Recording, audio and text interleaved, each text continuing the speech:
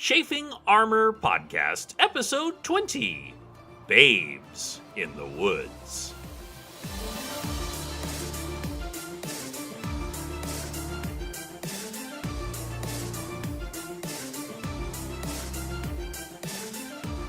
Welcome back to the Chafing Armor Podcast. I'm your host, and technically an adult, Michael Corley.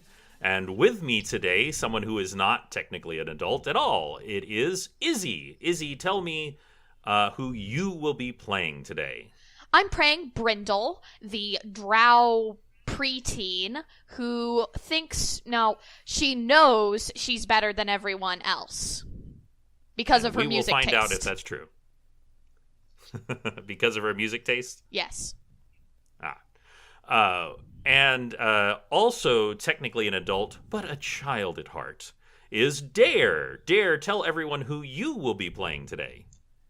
Evening, everyone. I'm playing Talon, the drow teenage assassin.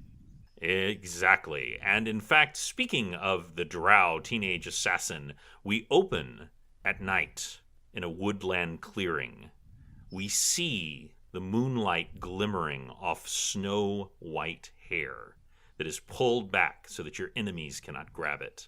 For the first time in a combat, Talon, you are holding two weapons in your hand. One is a short sword, the other is a long knife, and you are facing off with your opponent, who is a wood elf, and she is holding a long, sharp knife. It looks like something you might use to gut a fish.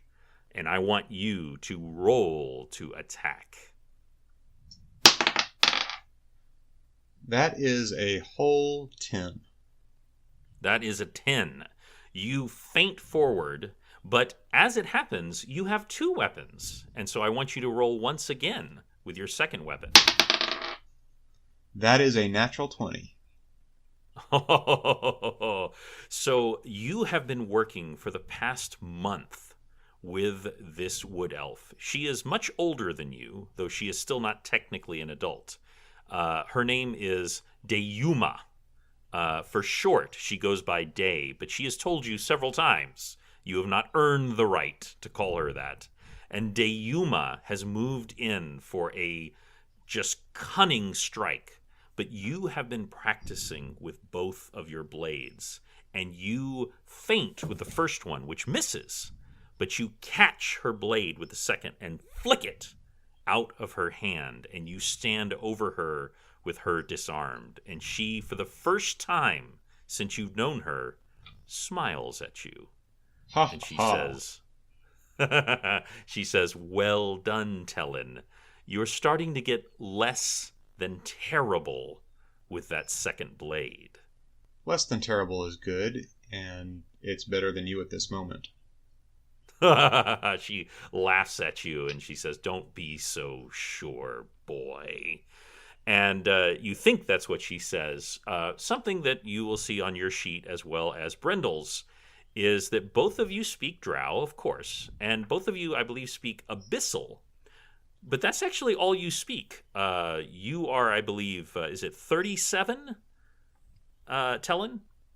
I'm 37, yes. Yes. And Brindle, how old are you? 23. Yes. Y'all are babies in elf terms. However, in the Underdark, you grow up fast. And y'all are both starting to learn both Common and Elvish, which is what the Wood Elves speak. However, enough of these Wood Elves have had dealing with Drow that they speak some Drow, and between the two, y'all are making your way. We cut, in fact, to Brindle. And Brindle, you have been asked to do the most unreasonable thing ever. You have been asked to sit in the woods and be quiet and meditate. What are you going to do? I mean, I don't know. I'd probably meditate, but I don't really know what she would be meditating on, or if she would...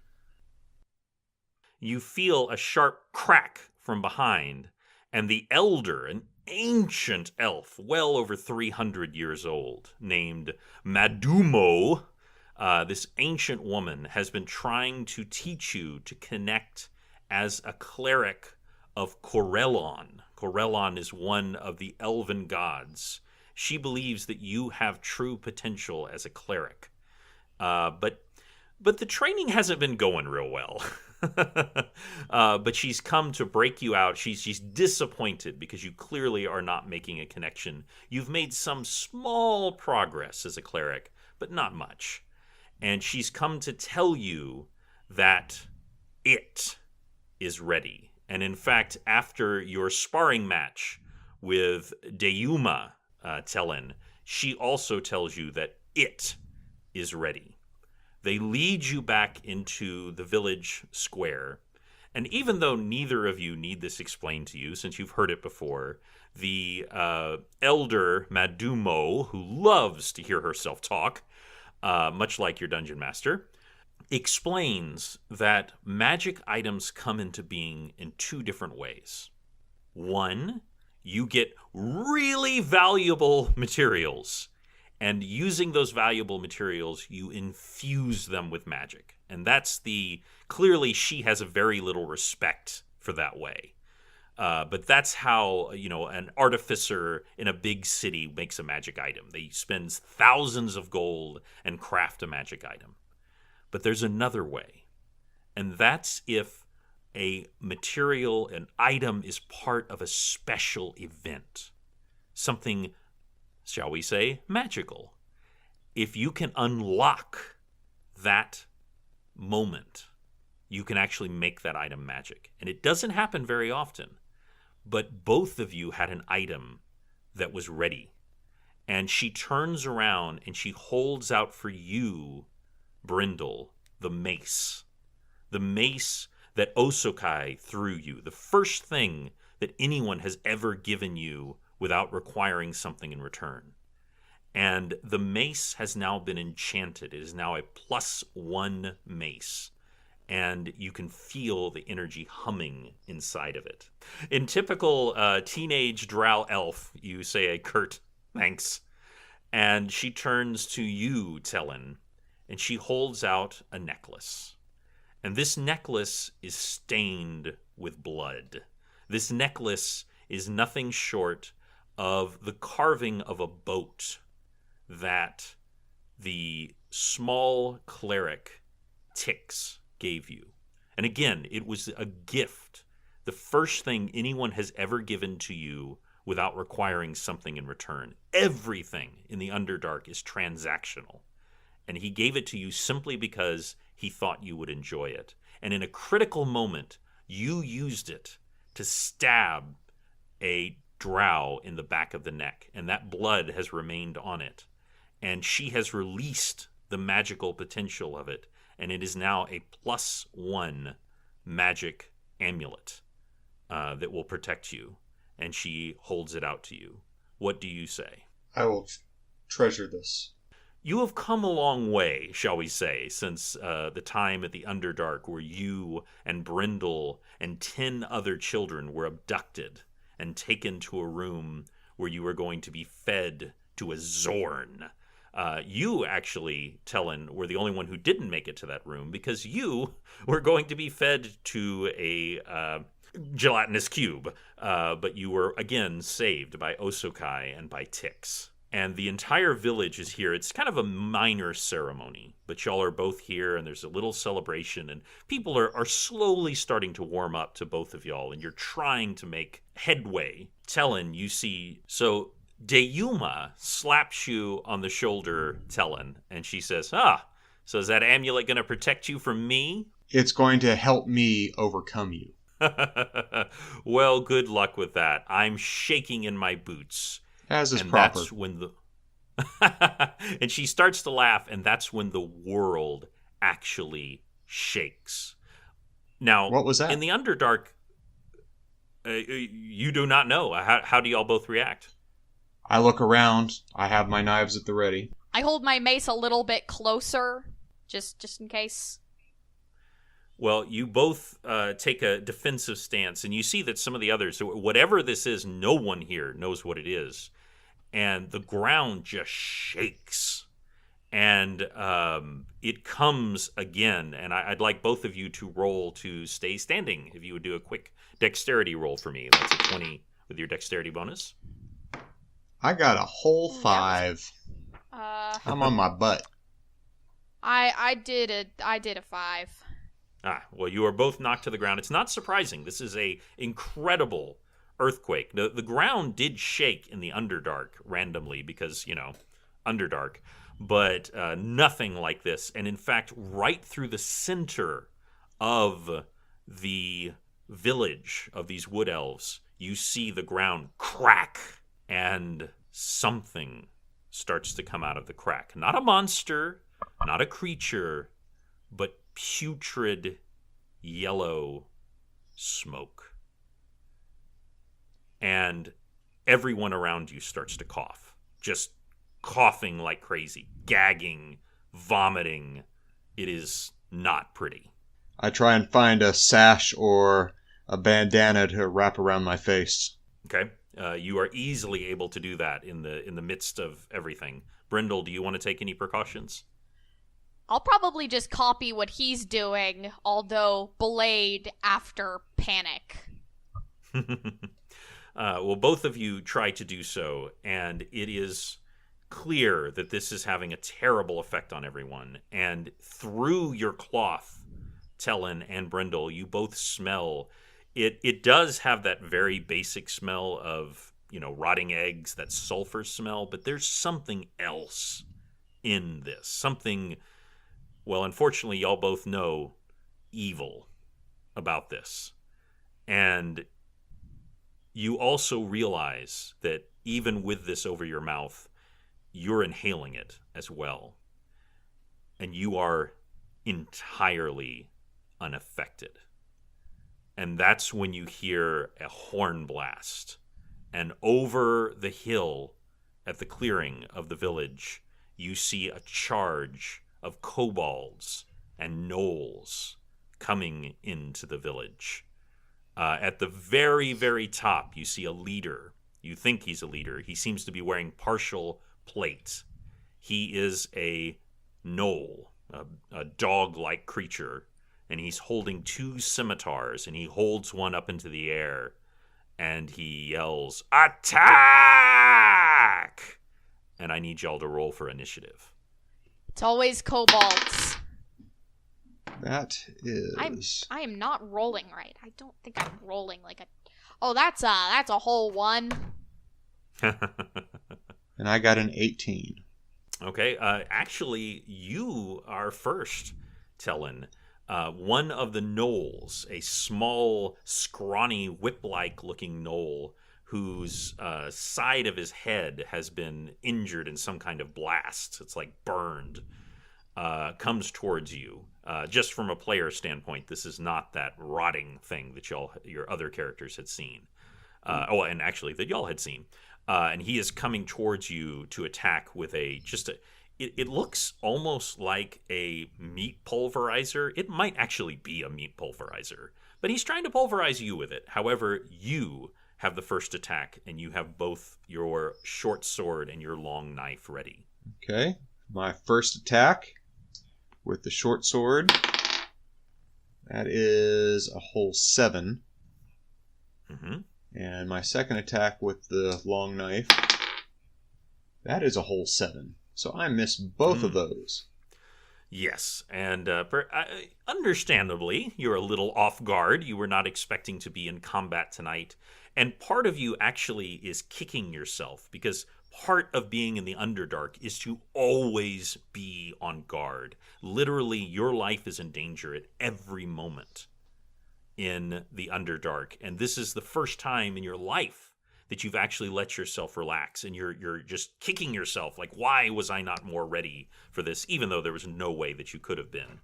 And fortunately, the favor for you, both of you, by the way, are wearing very simple leather armor in the way of these people. But he rolled a 5, so he did not defeat you. You were easily able to deflect it with your small dagger. And that actually brings it to the attacker for you, Brindle. And that is a kobold. And he is a big, hulking, beefy boy. A big, hulking kobold. And he has a large cudgel, just a big wooden club in both hands. And he's trying to bring that down on you. And he has rolled a 10. What is your armor class? 15. Not gonna do it. That is good that you have those armor reflexes, because you did not want to get hit by this. It slams into the ground, and if possible, the ground shakes even more. And now it is your turn, Brindle. Really? Well, I guess I should try to punch this dude. Or, well, not punch him. I should try to hit him with my cool mace. What's his armor class? If it's 11 or over, I hit. Well, it actually... did you roll an 11? Yep. Is that your... and that's... You added your bonuses? I have no base attack bonus.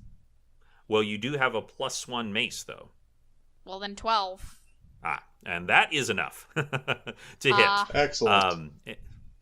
So roll for damage on that. I believe that's 1d8 + 1. Yeah. 4 damage. You slam it into his chest, and you hear a slight oof as he is off balance. And that actually brings you back to you, Tellen, as this scrawny one is coming around with his meat cleaver. What would you like to do? I'll attack again. First with the short Go sword. for it. That is a 14. Mm-hmm. And just so the players, the listeners know, you do have a -1 to your offhand, and that is only because you have several feats and such that help compensate for that dual hand action. Otherwise, it would be a much higher minus. Okay. And it's also because you're using 2 small weapons. Okay. And so the damage for the short sword is 3. And then attacking with my offhand, the long knife. That is a whole 12. That will hit. No, I got the -1 for that. Take that back. Oh, I'm sorry, -1, so 11, so that does not. But you do catch him with your first blade, Yeah. but you're not quite fast enough with your second one, so you do 3 points of damage. And now he's going to try to return the favor, but he gets an 8. Tell everyone what your armor class is. My armor class is a whole 17 with my hand-carved wooden boat necklace that has just been enchanted.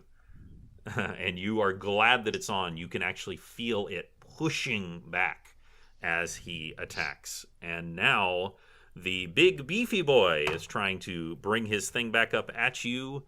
But unfortunately, even with his bonus, Brindle, he gets a 10.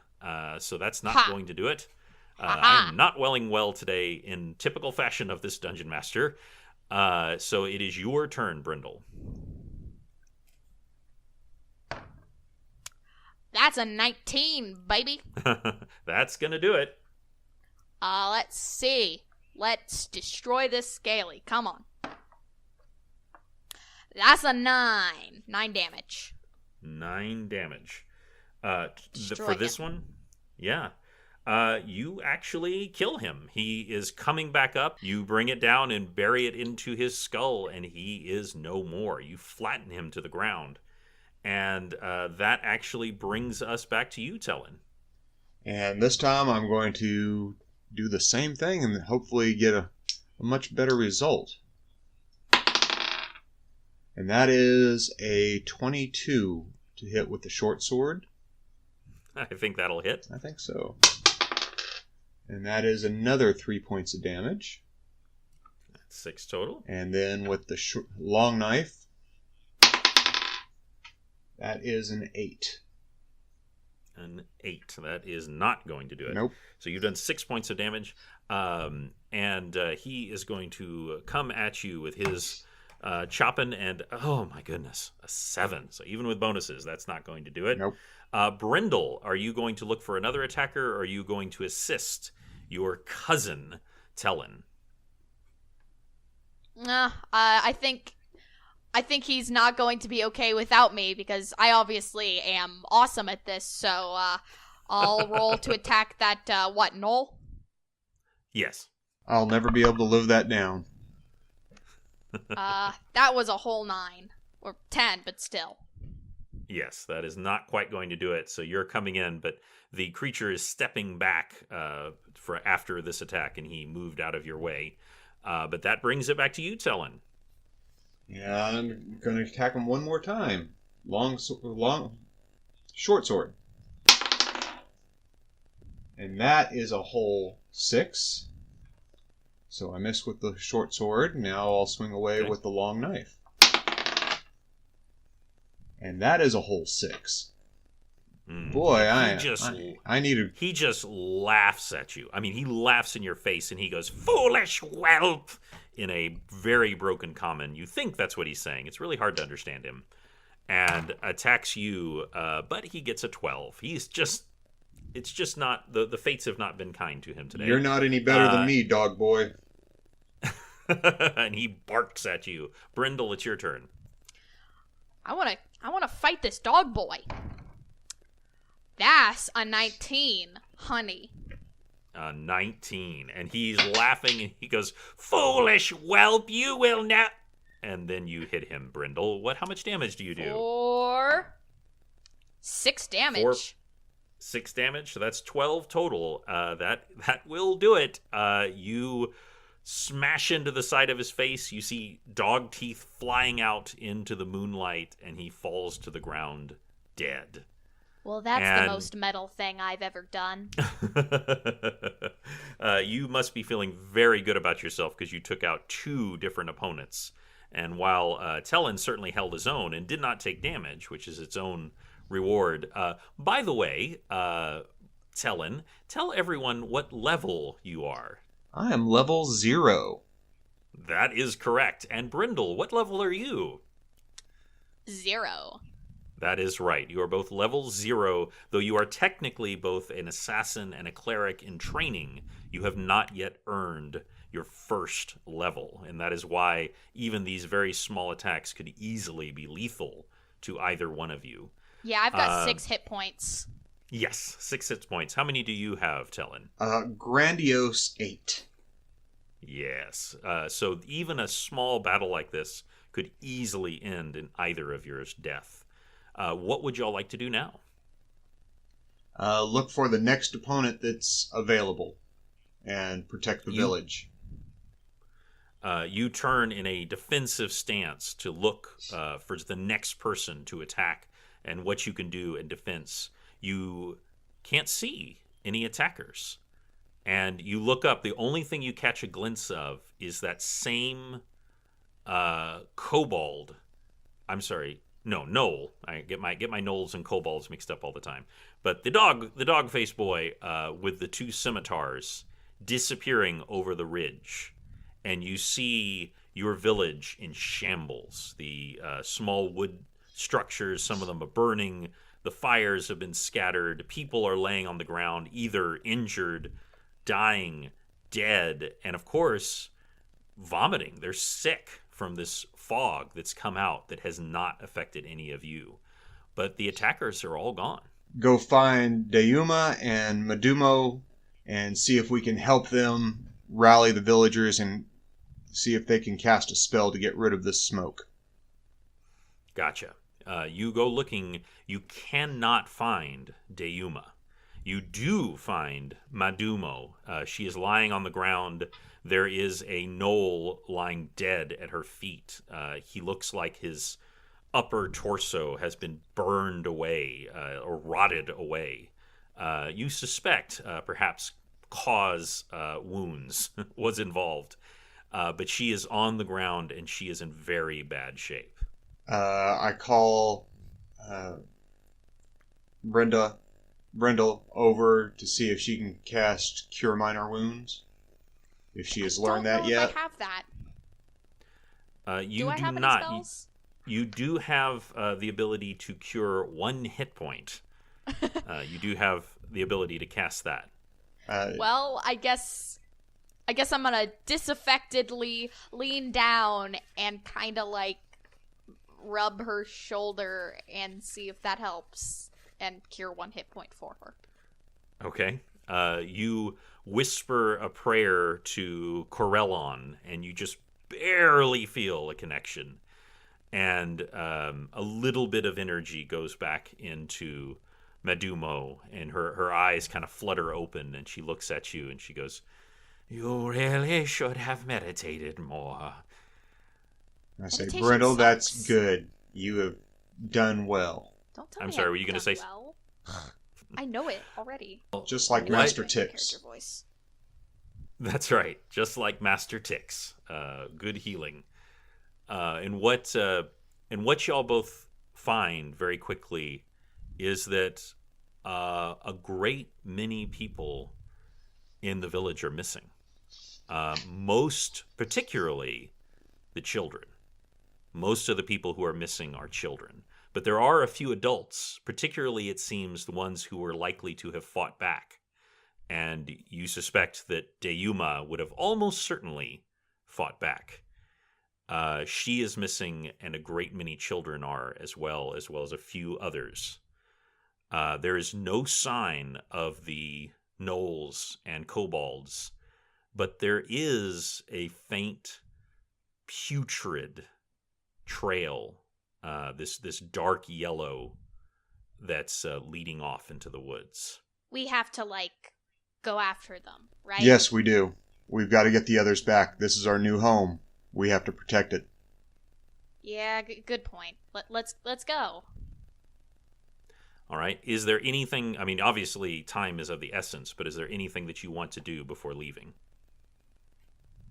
Make sure that Medumo is comfortable back at her hut, and anybody else that is out, take them to where they can be comfortable. Okay. You do your best and you make quick preparations. It seems to not have affected everyone equally. Everyone except for y'all is in bad shape.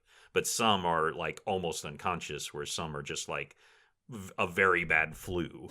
And those are the ones who are trying to help out the most. As you carry she feels like a bundle of sticks, Medumo, back to her little hut. She actually presses into your hand, Tellen, a very small vial made out of copper. And she says, "For emergencies." And you believe that it is a potion of healing. Great. Thank you, Medumo. We will rescue everybody else. And the two of you make your way after the party. Now, of course, this took some time. It didn't take a tremendous amount of time, but obviously the raiding party had a head start. So do y'all want to try to be stealthy? Are y'all running through the woods? What would y'all like to do? Brindle's probably sauntering, not particularly fast, but Brindle's not big on running. Talon wants to be one with the shadows. And Okay. so we will as a track stealthily. excellent. Well, would you roll a tracking roll for me? I will. And let's see. I get +4 from Spot. So that is a 16 plus 4. That's 20. Excellent. Well, not only are you able to follow the trail isn't too hard to follow. One, a raiding party of gnolls and kobolds came this way, and you suspect, because you did roll so high, that they also both came this way and left this way. So you're seeing both way tracks. But also there is just this faint, just disgusting, stinky fog that seems to kind of be following them almost. You don't actually see it coming out of the ground anywhere right near you, but you kind of get little whiffs of it as you follow them. And also, because you did such a good job rolling, you do not walk out into the clearing where up ahead you hear a sound. It is the sound of wood being chopped. And then you hear a scream, a low, deep scream, like a sound. What would you like to do? I would like to stealthily go towards that sound and stick to the shadows and see if I can find out what's going on, make sure it's not one of our friends being hurt. And Brindle, do you want to do anything particular? Could I, I don't know if this is only a thing you do in combat, I don't know, prepare an action or something, once Talon has figured out what's going on, I'm gonna run in to see what I can add to the situation. Which is what Master Tix did. That's right. That's exactly what Tix did when you're... Oh, by the way, I'm sorry. I did not clarify this, but I do want to clarify this. Both the twins, Garrow and Marrow, the younger twins that are not related to you, but the other two drow, as well as the toddler Snix drow, they have also been taken. Oh, then I'm super ready to find out what this scream is. Yes. Well, you look first, Talon, just past a tree, and what you see is a tree. You see a large tree lying on the ground, and that's when you realize that the tree is moving. The tree is moving. And the funny thing is, neither of you actually know what a treant is, because you've spent your entire life underground, and you actually know a lot about those strange creatures of the Underdark. Anything from a Zorn to a Mind Flayer. But you've never seen a treant before, and you don't really know what this is. It is clearly a sentient tree of some kind. And there is a gnoll and a kobold, again, a pair of them, and they are chopping it with axes, and they are laughing just out uproariously as they do so. Well, we can't leave the gnoll or kobold behind to come sneak up on us while we're trying to rescue the others, so I want to do a sneak attack. All right. Would you do a sneaky roll for me, Mr. Assassin? We'll do a sneaky training roll. And that is a whole 14.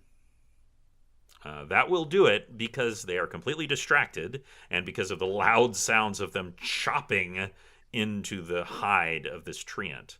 You come up behind them. There are two. The kobold has a huge battle axe that's not intended for chopping wood. The gnoll, actually, like you, is dual wielding two hatchets because their purpose is not actually to chop wood. Their purpose is to harm this treant. Which one would you like to attack? I'll do the kobold first. Okay. So the kobold with the battle axe, roll to attack.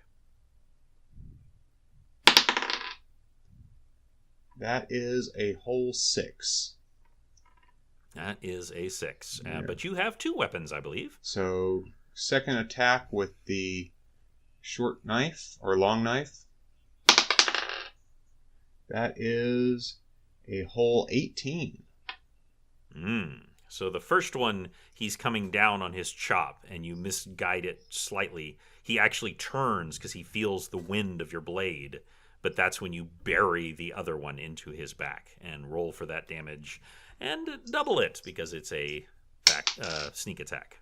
That is a whole 6. 6. That he does not appreciate that very much, and he howls at you in his kobold language that you do not understand. And now we need to roll for initiative. That's a 10. I got 19. 19? 18, but yes, sure. 18, okay. And Talon? 10. 10. So Talon, you actually matched with the one who hit you. So what is your dexterity bonus? My dexterity bonus is 3. Then you will go before him. It also says I have a temporary modifier of -5. Oh, I apologize. That was a glitch from when I printed out those sheets, so you can ignore that. So that actually makes it your turn, Brindle, and you have been readying your action. What would you like to do? I'm gonna run in and totally pummel that kobold. Okay.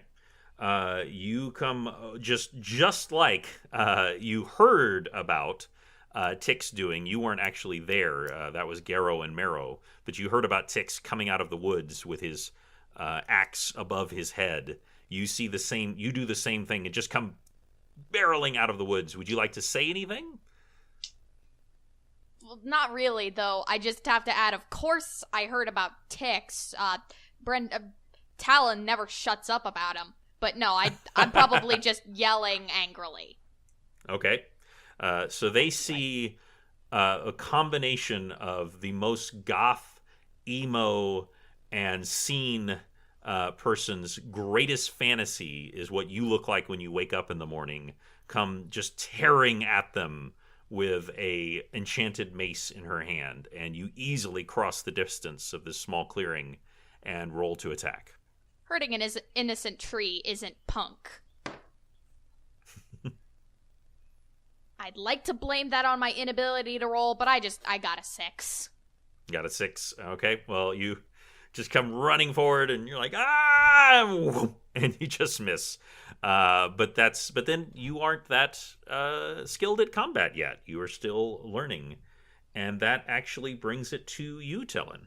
All right, I'm going to swing away again at the little kobold. First with the short sword. And that is a 13, 14, 16. Okay, that will hit. And that's for 5 points of damage.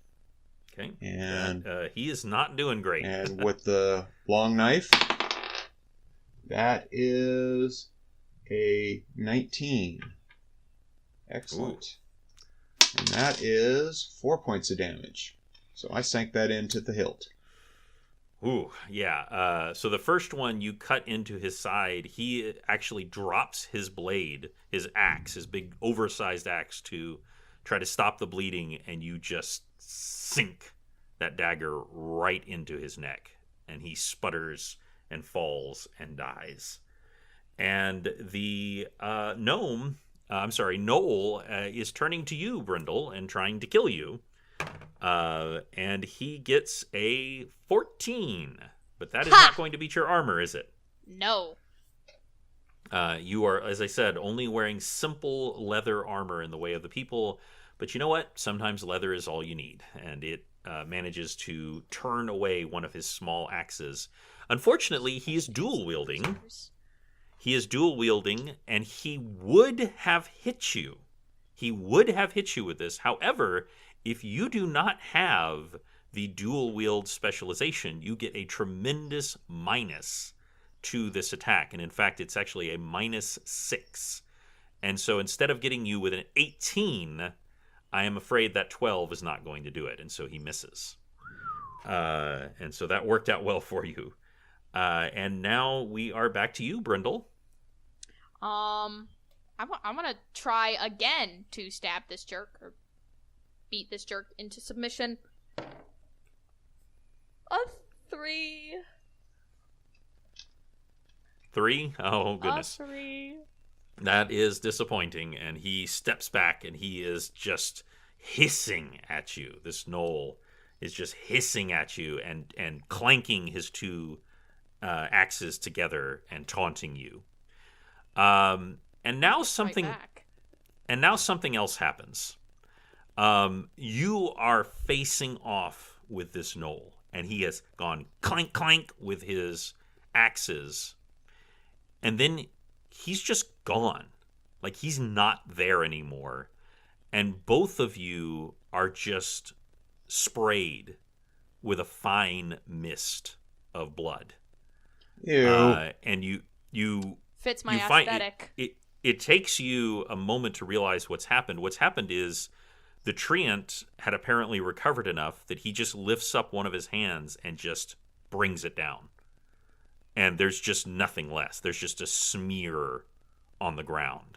And then he turns and he looks at both of you, and he has kind of a puzzled look on his face. He doesn't look good. He looks, in fact, really bad. And he says something to you in a language you do not understand. Well, I'm going to hand him... Is he still on the ground? the treant? Yeah. Yes, he is still laying on the. He's sort of like with one arm. If you think of like laying on your elbow, he kind of picked himself up just enough so that he could just squash the other one with his hand. I sheath my weapons, hold up the little brass vial of the potion of what I think is the potion of healing, and hold it towards him and motion to drink, and walk towards him like I'm going to pour it in his mouth. His eyes, they actually glow slightly in the night. If you had such things as a jack-o'-lantern, it would remind you a little bit of that. And you see them kind of narrow slightly. And then he reaches out for you with that blood-soaked hand and takes the vial that is almost, just vanishes in his massive paw of a tree hand, and he tips it back, and you hear a oh.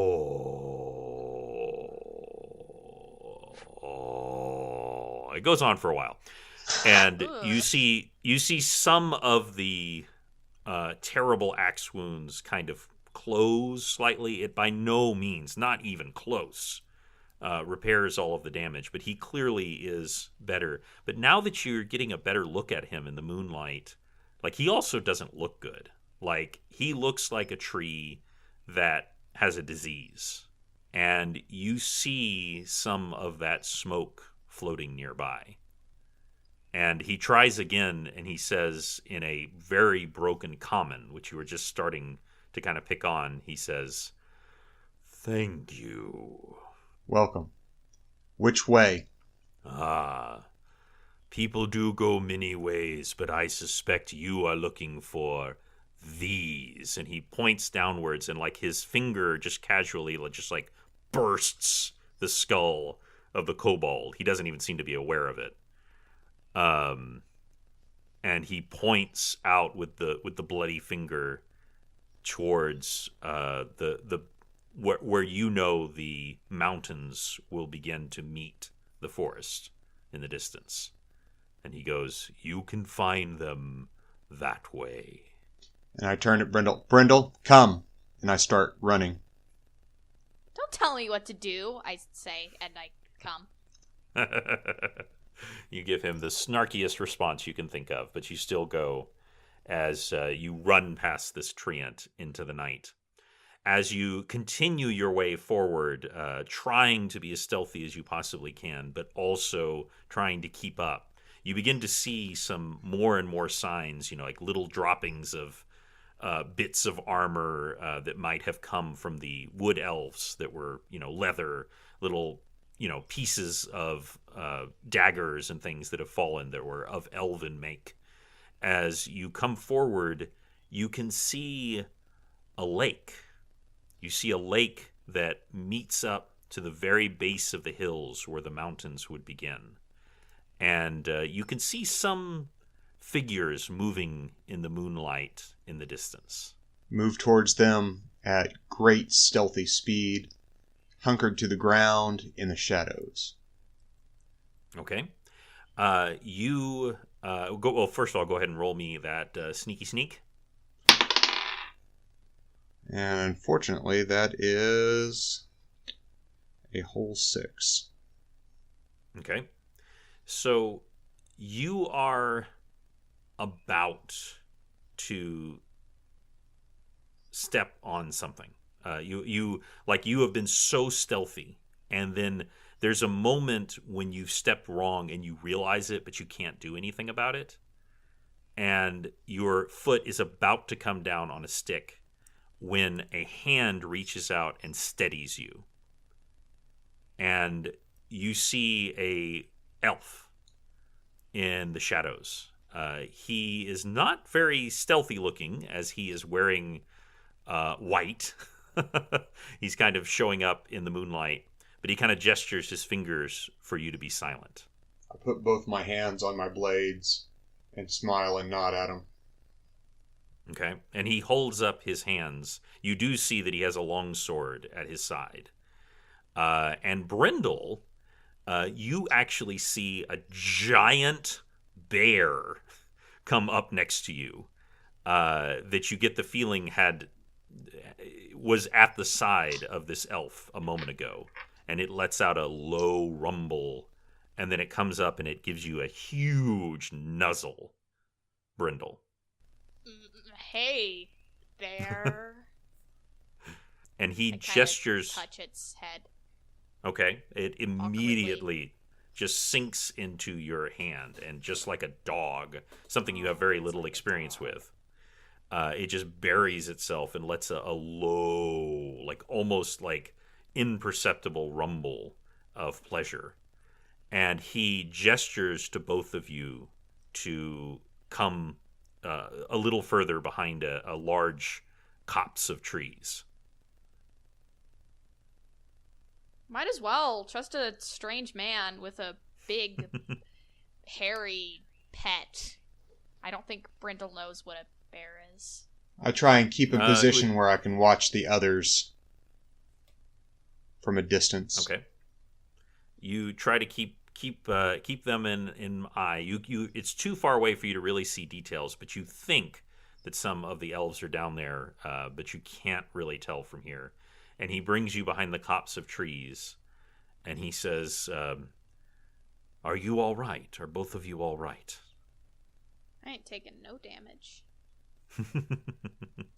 We are ready to track down the people that took our family. Good, good. That is the right thing to do. I am proud to hear it. You may call me Corey. I have been tracking them as well. Why were you tracking them, and why didn't you stop them from attacking our village? That is a very good question. I want you to know that there's nothing that I would have liked more than to stop them from attacking your village. And if I could have, I would have killed them all.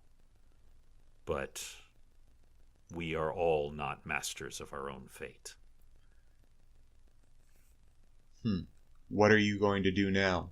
Well, I'm going to try to track them in my own way, but You don't need to track them. They're right there in front of us. I understand, and you are right to give me reprimand, but I want you to know that I have to go a different way than you. And he reaches into his pouch, and he pulls out a piece of string, and he hands it to you, Tellin. What is this for? I have great faith in you, young man. I think that there's more to you than anyone suspects. I think that you are better together than apart. And then he turns to you, Brindle, and he hands you a necklace. Well, actually, more like a charm. It would go around your wrist. And it has a single bear tooth in it. Sweet. And he says, I want you to know, you remind me of my daughter. And I mean that as the greatest possible compliment. And also, my pet has taken a liking to you. And you hear the bear rumble. And he says, I think both of you are going to do great things. But please, watch your step. And he points behind you. Turn and look slowly. As you turn, you see that a small party of gnolls and kobolds are coming out in what looks like a patrol. Preparing to circle around them, I give thanks to Corey and get ready to go attack from behind. So first, I want you to roll a stealth. That's a 12. A 12? Oh, wait. Okay. No, We'll hold see on. how Oh, of course, you have bonuses. I do have bonuses. So that is a 18 total. Okay. You melt into the trees as your indigo skin just blends right in. You turn to mutter a thanks to Corey, and he is gone. And I do not mean that he has done what you did, which is sneak into the forest, which is something you're familiar with. He is just gone. And the bear is gone as well. Curiouser and curiouser. What's that, Brindle? I liked that dude's vibe. He had a good vibe. And Can I tell anything about the string that he gave me? it is, you recognize it, not that you've seen it before, but you recognize that it's the kind of twine you would use to bind a handle of a weapon. If you were, of course, there are many different ways that you can do that. Sometimes they use, long lengths of metal, but very often handles are just simply done with twine so you can get a good grip. I'll quickly wrap it around the handle of my short sword, or my long knife, Mm-hmm. Well, you feel like an energy from it, but nothing actually happens when you do that. You feel like something, but nothing actually happens. But now these kobolds are coming closer. How many are there? There are 3. And they are not trying to, they do not see you at all. You are just completely silent here in the woods, and you can hear them muttering to each other, and some of it is in common, and the only thing that you can make out for sure is that something about being well fed. Right. I want to sneak attack the one in the back, who is bringing up the rear of the group. Okay. Roll to attack. And that is a 2. Ooh. What about your second roll? Second roll. That's a whole 4. That is just... Well, this is part of playing a level 0 character. Ugh. These things happen. You come out, and that same stick that you were going to step around, you step on, and there's that sharp crack, and he turns around and is able to, jerk backwards just at the right moment. And I need you all to roll for initiative. Right. Wasted a natural 20 on initiative. Lucky number. Ooh. And what did you get, Brindle? Lucky 13. And you got a natural 20. Yeah. Very nice. So you get to go first, even though he ducked back. That put him off balance, so you get to attack. All right, with the long knife. That's a whole 4. And with the short knife. Oh my goodness. That's a whole 6. Goodness. So you come forward, and he just simply backs away. All of them have short swords at their side. They're the closest thing you've seen so far to almost soldiers. Almost. And he retaliates. And he also gets a 4. That's hilarious. And the second one is moving forward to you. He gets a 13. And the last one spots you, Brindle. And he also gets a 13. Man, they're just These guys sucking. Suck. And now it is your turn with a 3 initiative. Me? Yep. All right. I'm going to try to attack the guy who just tried to attack me. You got it? Oh, I wish I could re-roll. That's a critical miss. Critical miss? Okay. Don't I have to... So, yes, I would also... make me roll a percentage die?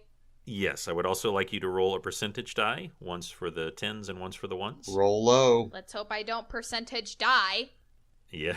Oh. Yes, oh. The first one is a 70. Mm. And the second one is an 80. I don't know how that works, but... That is very good in your favor. That just means that you miss. And that is all. Nothing more.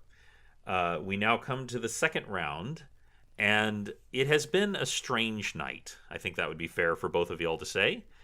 And as you are coming back around to attack, the ground, literally the ground, begins to crack open. And unlike last time, an actual creature comes out of the ground. Not smoke, not fog, not putrid sulfur. An actual creature, a rocky, inhuman creature, begins to climb out of the ground. And that's where we'll end episode 20. We'll see what's going to happen to Brindle and Tellen when we next come back. Dare, thank you very much for joining us tonight. Thank you very much. It was a fun little thing to play a drow assassin. And Izzy, thank you so much for taking on the role of Brindle. It was my pleasure. Excellent. And we will roll with y'all soon.